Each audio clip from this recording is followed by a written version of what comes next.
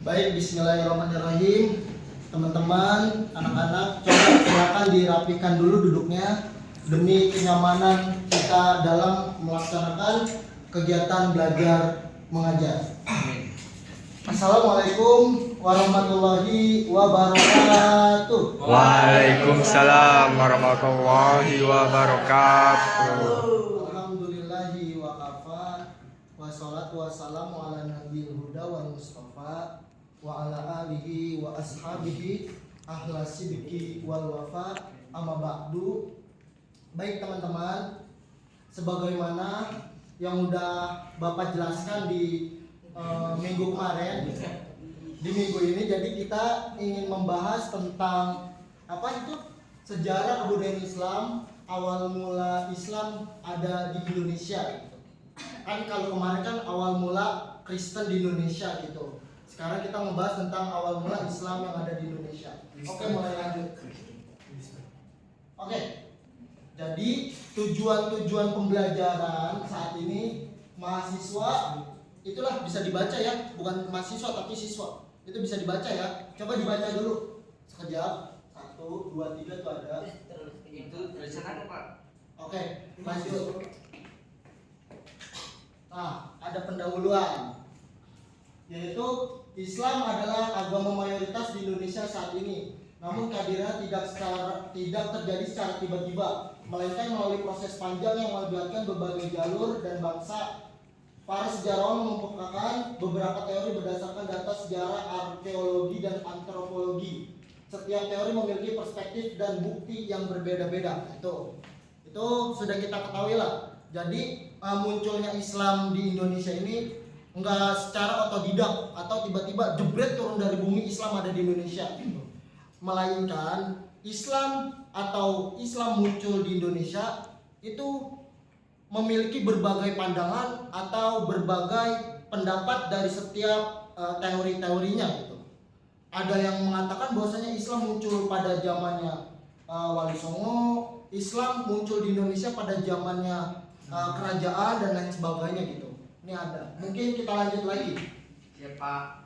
Nah, itu yang tadi sudah Bapak jelaskan ya anak-anak, bahwasanya perspektif atau teori masuknya Islam ke Indonesia itu ada 5 itu. Tuh lihat ya. Yang pertama itu ada namanya teori Gujarat yang berasal dari India. Yang kedua teori Persia yang berada di Iran, teori Arab Mekah, teori Cina, dan yang kelima peran Wali Songo dalam penyebaran Islam. Nah ini kan jadi munculnya Islam itu ada 5 pandangan yang akan kita bahas nanti. Ada 5 pandangan, ada 5 perspektif di masing-masing teorinya gitu. Nanti di setiap teori-teorinya itu mereka memiliki argumentasi atau memiliki alasan tersendiri gitu. Kenapa bisa mengatakan bahwasanya di dalam teori Cina itu Islam itu mengatakan munculnya di Indonesia itu dari ini. Dan perspektif dari Wali Songo itu penyebaran Islam ketika ada Wali Songo, dan itu mulai munculnya Islam ada di Indonesia gitu. Oke, mungkin kita lanjut ya untuk mempercepat ya. Tuh. Nah, ini namanya teori Gujarat. Teori Gujarat ini dari India. Tuh, tokoh pendukung namanya Snop Purgrad. Nah, itu pokoknya ya, kalian bisa baca lah. Terus isi teorinya Islam masuk melalui para pedagang dari Gujarat, India Barat pada abad ke-13 tuh. Nah, ini dia di dalam teori ini tuh dia ada bukti bahwasanya batu nisan Sultan Malik Al-Saleh pada 1297 Masehi mirip gaya batu nisan Gujarat. Nah, itu. Nah, ini kan sebuah bukti gitu bahwasanya batu nisan Sultan Malik Al-Saleh ini mirip seperti batu nisan Gujarat. Nah, ini merupakan Sultan Malik ini adalah tokoh atau bisa dibilang orang yang menyebarluaskan Islam pada abad itu yang udah disebutkan. Oke. Itu ada kelebihannya, kekurangannya tuh nanti anak-anak bisa dibaca sendiri ya, jangan pada manja gitu. Coba lagi. Yang kedua ada yang namanya teori Persia. Hah? Itu teori Persia. Woi, dengerin. Teori Persia. yang berasal dari Iran. Tokoh pendukungnya adalah ini siapa nih? Hossein Jaja Diningrat. Terus masuk ke Islam dibawa oleh pedagang dan ulama Persia Syiah. Buktinya tradisi tabut di Sumatera Barat mirip dengan budaya Syiah. Nah itu udah tuh. Ini ada buktinya loh. Jadi teori Persia ini mengatakan Islam itu muncul yang dibawa oleh para pedagang juga dan dibawa oleh para ulama, yaitu ulama Syiah. Nah ini buktinya apa? Buktinya itu kaligrafi dan gaya arsitektur masjid. Nah itu kan dulu. Sehingga sampai sekarang itu muncul Islam. Lanjut ya. Nah tuh ada yang namanya teori Arab. Islam dibawa langsung oleh bangsa Arab sejak abad ke-7 Masehi di era sahabat Nabi yang kalian tahu lah gitu kan. Nanti LKS-nya Bapak bagiin dan dibaca sendiri gitu. Buktinya tuh catatan Arab dan Tiongkok abad ke-7 menyebut adanya komunitas Islam di Sumatera gitu. Jadi di dalam Sumatera ini ada apa ya? Bahasanya tuh koalisi-koalisi Islam gitu. Oke lanjut. Teori Cina. Nah, ini teori yang keempat adalah teori Cina. Teori Cina Islam juga disebarkan oleh para muslim Tionghoa yang datang ke Indonesia gitu. Terus buktinya masjid-masjid kuno di Jawa bergaya arsitektur Cina. Nah, itu kan bukti-buktinya merupakan bahwasanya Islam ini muncul di Indonesia itu dikarenakan ada Tionghoa yang menyebarluaskan kok Tionghoa ya? Bukan agama Islam. Ya udah Tionghoa itu Cina. Jadi Tionghoa itu bukan agamanya tapi kayak semacam politik gitu ya, koalisi gitu ya. Ada aku suruh tanpa saya ajarin kalian udah pada paham. Saya pada Bapak. Nah, yang kelima, ini peran terakhir yang kita dengar lah, bahwasanya peran Wali Songo dalam penyebaran Islam. Jadi Islam itu muncul di Indonesia itu dikarenakan adanya penyebarluasan apa? Pembelajaran agama Islam yang dibawa oleh Wali Songo gitu. Oke. Itu ya kalian tahu lah, apalagi abad-abad kekinian gitu kan. Wali Songo itu abad-abad kesinian dikit lah. Nyerempet-nyerempet. Oke, kesimpulannya itu kalian bisa baca gitu ya. Kalian bisa baca PPT-nya Bapak kirimkan gitu. Jadi jangan Bapak jelasin lagi gitu. Oke, lanjut. Terima kasih. Oke. Berikut penjelasan singkat terkait materi awal mulanya Islam di Indonesia. Jadi hari ini Bapak ingin mengevaluasi atau ingin mengetahui lah seberapa jauh dan seberapa paham kalian pemahaman dan pengetahuan kalian tentang awal mula Islam di Indonesia. Maka dari itu Bapak ingin menggunakan model yang namanya model jigsaw. Bapak ingin mengadakan model jigsaw. Oke, lanjut terkait model pembelajaran jigsaw itu. Yang pertama saya pengen coba Lutfi maju nak. Ayo nak, kalau nak. Coba Nando. Pak, saya dapat hadiah nggak Pak? Dapat nanti Bapak saya. Dapat hadiah. Ayo Nadi. Ini kalau ini. Nggak boleh. Pak ini nggak ada absen Pak. Banyak Ada, yang masuk nih Pak. Nanti Bapak absen. Sini, Nadia, Naija maju. Narasa mau maju nggak? Oh yang maju, tanpa disuruh dia mau maju. Pas gini. Jadi gini, Bapak ingin mengetahui seberapa paham kalian tentang materi yang udah Bapak sampaikan gitu. Jadi ibarat kata ini udah kumpul dengan tim-tim ahli ya. Jadi ini bahasanya ini tim awal aja gitu ya. Biar mempersingkat waktu aja gitu. Oke. Jadi gini. Mas saya nggak paham Pak, saya kurang. Sebentar. Ya kan tadi udah tim ahli lah yang namanya metode jigsaw ya. Sekarang ini tim awal. Saya pengen dari tim ini.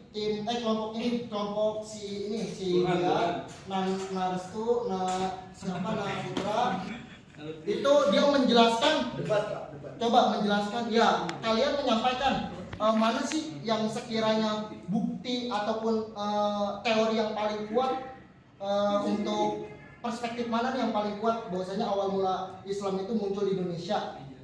Dan kalian juga gitu. Ya, kira-kira perspektif dari pandangan lah. Pandangan dari Naardi, Pak Beruang, terus Nanando, sama Nalutfi itu kayak gimana gitu. Ya Pak, baik Pak. Ya, metodenya jigsaw. Jadi coba saya pengen tahu dari ini dulu kelompok ini. Coba gimana? Pak, saya punya nama kelompok Pak, boleh nggak Pak? Ya boleh apa? Pak. Ketua jongkok Pak. Ya, nggak apa-apa ketua jongkok, mainnya Pak ketua bunting. Ketua kayang. Kadal bunting. Ya, kadal bunting. Ayo coba silakan. Kira-kira perspektif dari ini, peran zaman Wali Songo tuh kalau menurut saya itu paling relevan dan paling kuat sih gitu. Karena begini gitu. Nah, coba bisa dijelaskan. Saya Pak. Oke, silakan Nadia. Kalau menurut saya yang paling relevan itu yang Wali Songo Pak, karena Iya. peran Wali Songo ini mengkolaborasikan antara ajaran Islam dengan adat istiadat yang ada di Indonesia pada zaman itu, di Nusantara lebih tepatnya. Itu Pak pendapat dari saya Pak. Oke. Coba kalau ada yang mau bantu lagi dan Ya, saya menguatkan dari Nadia ya Pak terkait untuk Wali Songo ya. Ya Wali Songo kan ini kan ada 9 wali gitu di tanah Jawa dan perubahan itu sangat-sangat nyata gitu. Kita lihat di tanah Jawa memang banyak itu pemeluk-pemeluk yang memang memeluk ajaran Islam, cuman tidak meninggalkan unsur budaya di sana. Dan peninggalannya masih relevan sampai saat ini masih nampak gitu. Makanya saya lebih cocok, lebih realistis asik untuk teori Wali Songo. Wali Songo. Kelompok kami lah. Oke. Nah, itu kan perspektif dari kelompok Kadal Burik ya. Kadal Bunting itu seperti itu. Ternyata Wali Songo itu yang benar-benar memiliki bukti yang kuat gitu. Coba dari kelompoknya apa tadi?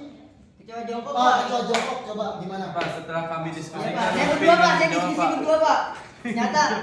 Lutfi bisa menyimpulkan semuanya Pak. Saya bisa Iya, menyimpulkan iya. bahwasanya teori yang paling dekat itu mungkin teori Gujarat, Pak. Iya. Karena telah ditemukan sebuah nisan kuno namanya itu Fatimah di Indonesia yang ditemukan itu di abad 11 Pak. Dan Islam meluas di Indonesia itu pada abad ke-13.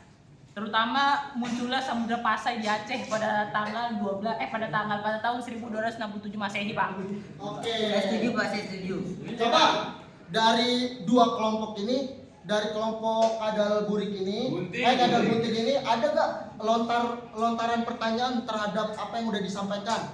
Atau dari kelompok ini, ada gak lontaran pertanyaan untuk kelompok yang tadi disampaikan gitu? Ternyata Wali Songo gitu. Coba ada gak? Oke, saya akan mengajukan satu pertanyaan. Oke, bagus.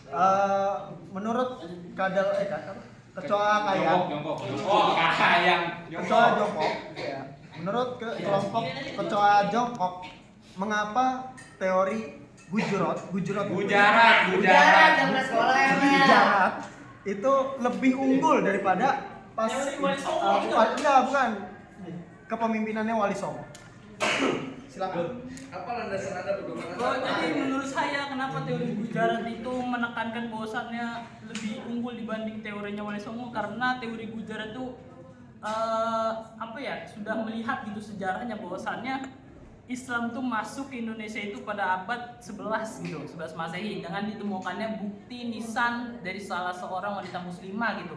Ditemukan oleh orang Tiongkok. Lalu muncullah Samudra Pasai, kerajaan Samudra Pasai pada tahun 1267 Masehi. Itulah yang membuktikan bahwasannya teori Gujarat ini yang lebih lebih konkret lah dibanding teori Wali Songo. Bahwasannya kan memang awal mulanya Islam datang itu kan melalui pedagang Arab gitu menurut saya. Oke. Tapi menurut silakan. saya, Ya menurut apa? teori Wali Songo yang datang ke Indonesia itu atau menyebarluaskan agama Islam itu lebih berdampak pada agama Islam itu sendiri di Indonesia. Kan konklusinya lebih berdampak mana gitu. Kalau kita lihat, kalau berbicara perdagangan ya, kita banyak punya warung Madura gitu. Warung Madura itu sudah dari dahulu gitu, bukan dari Islam juga kan. Itu udah suluh lain kalau untuk perdagangan melalui warung Madura. Oke, stop. Sekarang gini, kesimpulannya kalian bikin sendiri lah gitu. Kesimpulannya kalian udah paham lah perspektif mana yang sekiranya kuat gitu kan. Oke, lanjut. Pak, saya nggak setuju sama Lutfi, Pak. Nggak setuju sama Lutfi. apa-apa. Oh, sekarang gini. Kesimpulannya. Ya, kesimpulannya. Oh, coba dari anak-anak kelompok ini ada yang ingin memberikan kesimpulan? Mungkin yang belum berbicara tadi Pak. Silakan coba Adi. Saya sekelompok sama Adi. Ya, coba silakan berikan. Wali Songo mau masuk nggak Pak? Wali Songo. Silakan Wali Adi, Songo. ya, silakan masuk. Ya menurut saya kelompok itu sudah benar Pak, Lutfi salah. Oke. Enggak. Jadi gini, cukup ya. Hari ini Bapak cukupkan diskusi terkait ini apa sih? Ya pokoknya ini. Ya, gitu sejarah awal mulai. Nah, masuk Islam di Indonesia pinter. Nah, sekarang gini aja, kesimpulannya itu kalian bisa punya sendiri lah. Tahan dulu. Nah, kalian bisa balik ke. Terima kasih Pak. Oke, nanti anak-anak yang udah maju itu silakan di list ya di grup kelompok maunya apa gitu. Nanti ya. Oke teman-teman, anak-anakku sekalian yang aku cintai, yang aku banggakan gitu. Mungkin ini saja sih yang bisa Bapak sampaikan kan gitu ya. Apalagi kalau ada kurang-kurangnya ya mohon maaf gitu. Sekian dari Bapak. Assalamualaikum warahmatullahi wabarakatuh.